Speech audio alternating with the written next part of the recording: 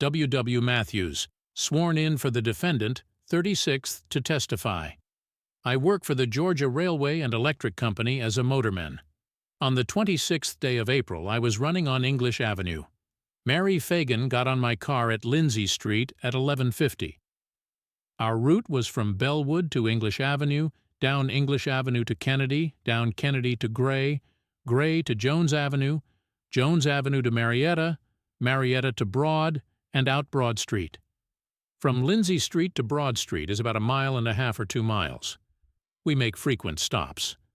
We were scheduled to arrive at Marietta and Broad at 12:0712. We were on schedule. We stayed on time all day. Our car turned up Broad. St. Mary Phagan got off at Hunter and Broad. It takes generally from 2.5 to 3 minutes to go from Broad and Marietta to Broad and Hunter. That is a very congested street, and you must go slow. I was relieved at Broad and Marietta by another motorman, but sat down in the same car 1 seat behind Mary Phagan. Another little girl was sitting in the seat with her. We got to Broad and Hunter about 12:10. Mary and the other little girl both got off and walked to the sidewalk, and they wheeled like they were going to turn around on Hunter Street, both of them together.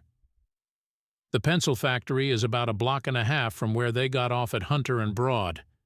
Nobody got on with Mary at Lindsey Street. There wasn't any little boy with her.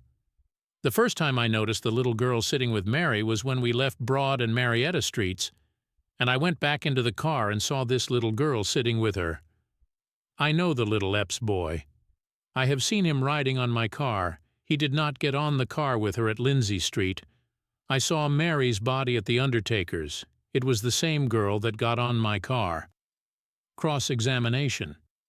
I did not tell one of the detectives that we might have been running 3 or 4 minutes ahead of schedule that day. I remember that Mary did not get off the car at Broad and Marietta because there was a streetcar conductor sitting behind me.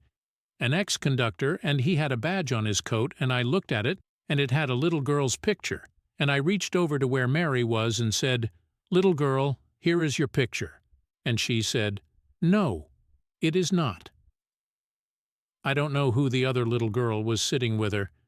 The other little girl was dressed something like Mary. I didn't pay much attention to their dresses, but they looked sort of alike. Mary's dress wasn't black, it was light-colored. I know Epps since this case came up. I could identify him. I never paid much attention to her hat. It was light-colored, I reckon, but I am not sure. It just seemed that way. Redirect examination. I identified Mary's body Sunday afternoon after the murder at the undertaker's. There was no doubt about her being the same girl. I knew her well by sight. She rode on my car lots. Recross examination. I can't tell you whether that is the hat or not she wore.